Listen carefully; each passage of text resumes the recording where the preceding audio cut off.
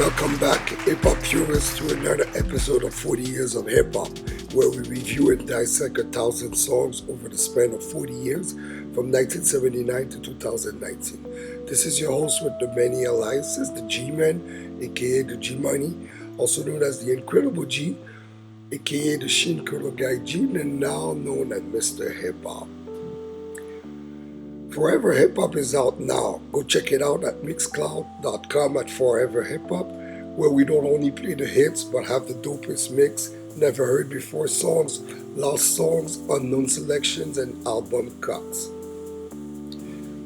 Let's take a trip down memory lane. Early 90s rap was raw, and my teenage years were blessed by countless rap classics. I remember that HBO started a series of rap pay-per-view TV special concerts to capitalize on the rap phenomenon that was exploding on the scene. Their first was 1992's Monsters of Rap.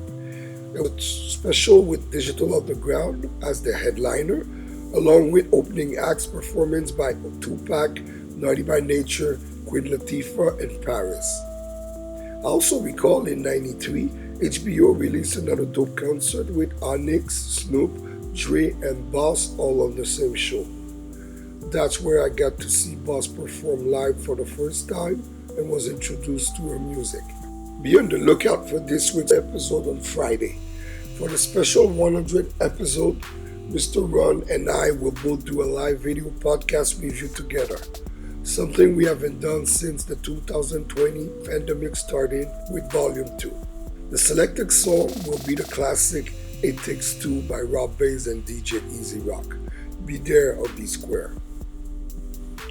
Today we'll be reviewing episode 99, Deeper by Boss. Born Lachelle Laws, but better known by her stage name Boss, sometimes stylized as B.O. $. She was a fabulous rapper from Detroit, Michigan. Yes, the rock city where legendary MCs such as Eminem, Royce the 5'9" all came from later on. She had to leave Detroit to get a chance in the music industry, so she left with a DJ D for California to live her dream. Originality. What makes this song original? I remember when this track came out, I was like, this chick is hard as fuck. The production was dope. The Barry White scratch samples were rough as hell. Her lyrics and delivery were surreal and convincing to me, and I was like, but this girl don't play. Her whole tape was lit. It's one of those tapes that kept disappearing around your friends. I remember my tapes. I had to buy it 2 or 3 times that tape because it disappeared. A simple black and white video with a reggae chant anthem bridge by Papa Juggy that went like, hey, I guess it's best we tell them, mom. Every time she comes, she's detrimental, mom. Yes, mom, know this. Don't make me tell them again, mom. Whoa, she too hotter. Tell her, man, she too hotter. Tell her, man, she too hotter. And every posse know that. Yes, she too hotter. Tell me she too hotter. For inside she comes, she said the posse get flat come. And for all these reasons, for originality, I had to go with a 4.5. Courtesy of Discogs, Wikipedia, and AllMusic.com. A fun fact, after the success of her first opus, she moved to Dallas in 95 and took a radio gig co-hosting a nightly hip-hop show on K104, a stint that lasted nearly 5 years, where she'd interviewed up the moment rappers included Yo-Yo, Biggie, and Busta Rhymes. Delivery, lyrics, and flow. The song's lyrics are dope. Boss talks about her deep issues and how she copes with them. She actually wrote her own lyrics on top of that. Her flow and voice tone is simply unique. Reminds me of a female version of the DOC. Would have loved to hear a collaboration between them, a dream project. As a hip-hop quotable, the whole verse too. When she says, bitch, I'm not the woman to sleep, but I'm lost, yo, that's deep, cause I be on some old, I'm tired of niggas, trying to come up with bitches type thing, what can I do? And if I don't react the way he want, he might swing, his little trick bitch ass is in another direction, then don't even use protection. I hate stupid shit assholes, can't avoid you, and if worse came to worse, I'll run a front on unemployed. Because who the fuck cares that I got gray hairs and can't sleep? Know what I mean? Yeah, that's deep and deep and deeper. And then I got also the whole verse 3. When she said, hey yo, I got them buck wild trails living fall kills. I'm trying to get to Watts, but I'm stuck in Baldwin Hills. Damn, trying to find myself for real though. Check it. If I just rewind myself, I see it ain't that hectic. Y'all don't hear me talking, but it's time to get a stack, cause I'm about a second away from going back to the corner slinging dope. Now you know you don't wanna do that shit.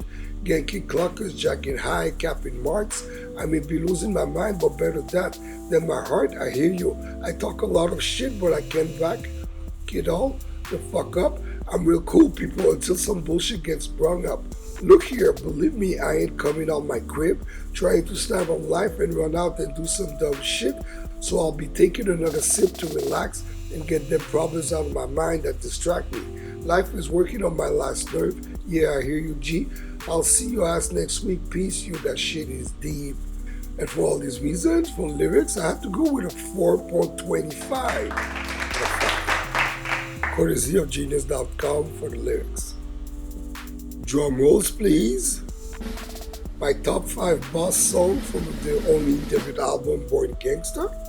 So in any particular order, I got My Sister Is a Bitch featuring AMG. This was the first feature on AMG's 1991 debut studio album, Bitch Better Have My Money, and was also included on the debut album. Then you got Recipe of a Hoe on the album. Then you got Deeper, the song that I'm reviewing.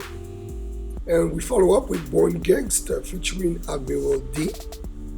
And my 5th choice is Explanation of a Mad Bitch. That was a song produced by MC Serch that was featured on the original soundtrack of the 1992 movie Zebrahead. It was a movie by Oliver Stone, and the song was in the soundtrack before being added on the album. But on the album, they changed the title to Diary of a Mad Bitch. For those that don't know, Zebrahead was one of the first modern black movies about interracial love and hip-hop, and featured Michael Rappaport and Bush Wright in their early roles. The soundtrack also featured the first major release of a young future rap god named Nasty Nas with his song Halftime. So this was my top 5 song by Boss. Production and beat. What makes this good or bad? The beat is simple, perfect, and raw. All the samples on this beat were stitched together so brilliantly by Def Jam and recorded on a 4-track recorder. No one does that anymore. Who is Def Jeff? Jeff is an alternative rapper of the late 80s and early 90s. He was born in Harlem, New York, and he released 2 albums that were praised for social, political lyrics and original beats. Additionally, he was also a member of the West Coast Rap All-Stars, a collaboration of West Coast-based hip-hop artists who released the anti-violence single We're All in the Same Gang in 1990. This is a song we will review in one of our seasons because it's going to make our top 1000 list. Def Jeff didn't get his break until he moved from New York to Cali and signed with Delicious Vinyl, the famous label that signed Don Loco. After his second album, Def Jam moved into production full-time. Since the 1990s, he has produced, written, and arranged and remixed for artists like Nas, Snoop Doggy Dogg, Mary J. Blige, Kimberly Locke, Maxwell, Avant, Tupac Shakur, the East Siders, and Shaquille O'Neal, among many others. He also worked with Crazy Bone and Thug Life Records. He also produced the theme songs for the Disney sitcom That's So Raven, featuring Raven Simone from the Cosby Show fame, and the series The Game. Here's an excerpt from YouTube with Def Jam as a guest on Digital's Underground Money B's Going Way Back radio show, where he discussed working with 90s female rappers Boss and producing the song Deeper. Def Jeff met Boss in LA before she was famous. She and her DJ D had nowhere to go while struggling for a record deal, and Def Jam heard her freestyle and saw the talent in her, and let her stay at his crib for a week working on music. After a week, nothing clicked musically because Boss wanted something more gangster and hard compared to the Black to the Future sound of Def Jam. Then they separated and she went back to Detroit and they lost touch. A few months later, Def Jeff heard her on AMG's track My Sister Is a Bitch and was like, oh, it's that girl Boss that I work with, and realized what she sounded like with the kind of beat she wanted. Then he met her at a convention later on. Back then, rap convention was the way to connect with rappers and producers, since there wasn't any internet or social media to get connected or reach out. The good old days it was. Back to after the convention meeting, Bus was now a full-fledged artist signed on Def Jam Records, and her debut album was already done. She couldn't forget what Def Jeff did for her back then and called up Russell Simmons and told him, I'm with Def Jeff right now and I want him on my album. Then she put Jeff and Russell on the phone and they negotiated everything, and the result was the hit song Deeper, which became the main single of the album. The beat contains 7 samples. The hook riffs of 90% of Me Is You by Gwen McRae from 1974. Vocal lyrics from the rock pop Under the Bridge by the Red Hot Chili Peppers in 91. Vocal lyrics I'm Gonna Love You, Just a Little More Baby by Barry White from 1973. The bass of Promised Land by Dennis Brown, 1979. The hook riff of Harlem Clavinet by J.J. Johnson from 1972, and the bass from the reggae Dub Fire by Aswad from 1982. And for all these reasons, for production, I had to go with a 4.5 out of 5, courtesy of resample.com. A fun fact, after being dropped by Def Jam, who rejected her second album, she made a comeback in 2001 when she collaborated with Crazy Bone on his album Thug on the Line. In 2004, she released a mixtape titled The $6 Million Mixtape, produced by Def Jeff.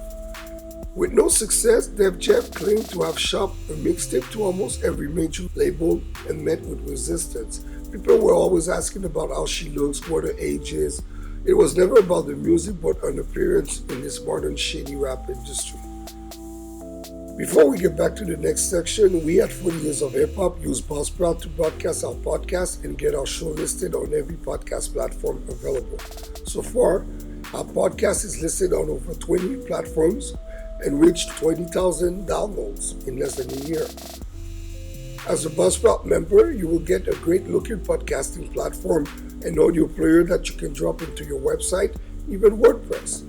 You will also benefit with detailed analytics and tools to promote your episode, like audio-video snippets of your podcast called Soundbites. My favorite benefit is that I get to generate a second revenue by talking about something that I'm passionate about. Think about it. Are you a fan of something? Try podcasting about it. It's as easy as 1, 2, 3 and can generate you a secondary revenue. Get started for free, no credit card required, cancel anytime, no contracts. Use the link in our episode notes to let Buzzsprout know that we referred you, and if you sign up after your trial to a paid plan, you'll receive a $20 Amazon gift card and help support our show. Buzzsprout is the way to go. Relevance and longevity. Did it stand the test of time? If so, how? Yes, it did. The album Born Gangster peaked at number 22 on the Billboard Pop charts and number 3 on Billboard R&B charts, according to Nielsen SoundScan. It sold also 378,000 copies on its first week, a huge number for a female rapper back then, since no female rapper had gone gold yet. Boss suddenly had legions of fans. Russell Simmons was correct in predicting American kids would embrace hardcore female rappers. Little Kim, Foxy Brown, Yo-Yo would be nothing without Boss. She's the first one to start calling herself a bitch. Her first album was a hit. That's unbelievable. It also charted as number 65 on the Billboard Hot 100 singles, number 28 on Billboard R&B singles, and number 1 on Billboard Rap singles. It also made the Billboard Dance Music maxi single sales as number 25. The song also was featured on Def Jam's Greatest Hits Hardcore, and that was released in 1997.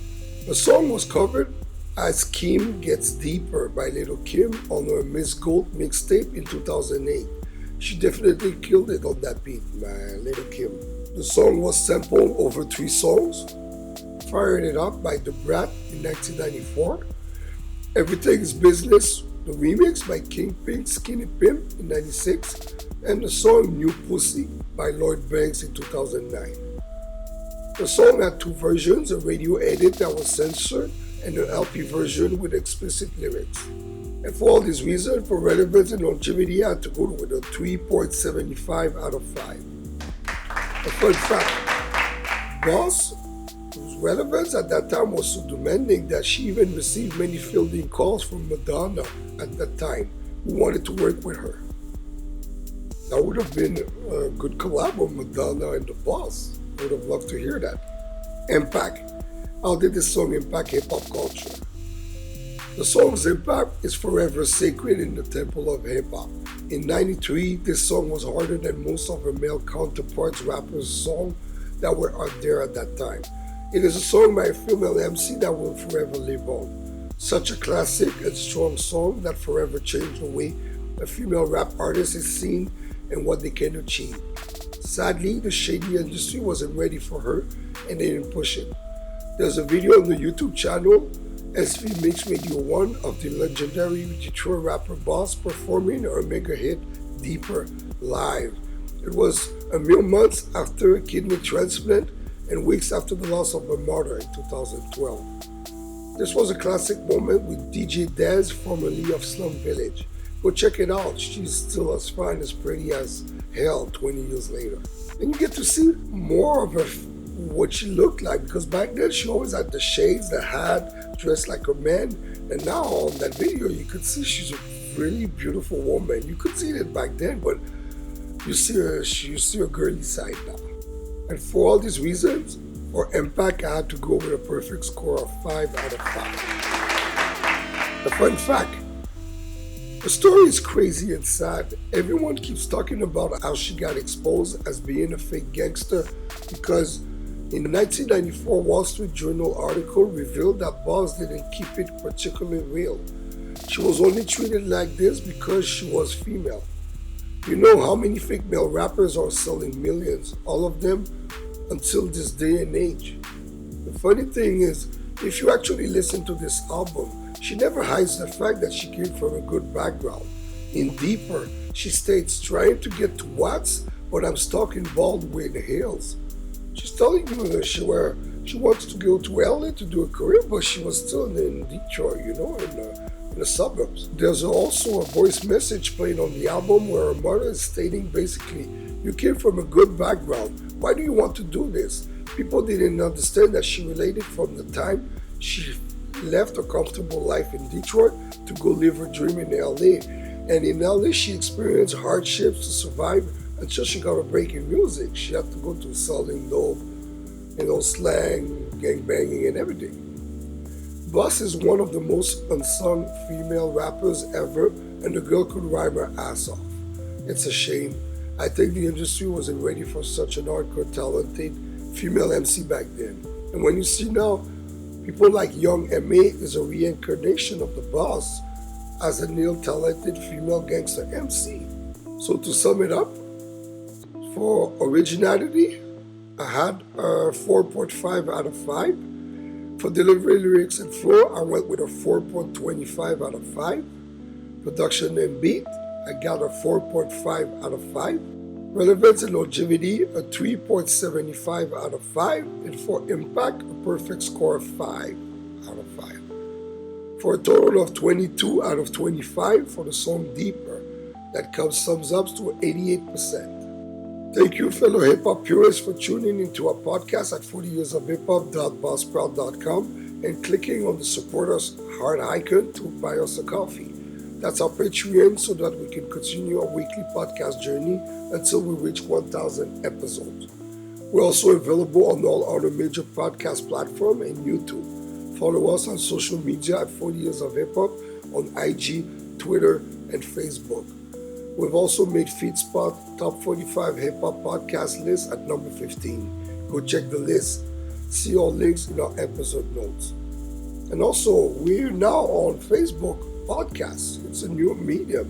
You can find our episode over there or on Mixcloud.com. I'll be back next week with Lesson Learned by Wu-Tang. This is the G-Man signing out, and I'm Hardy 5000.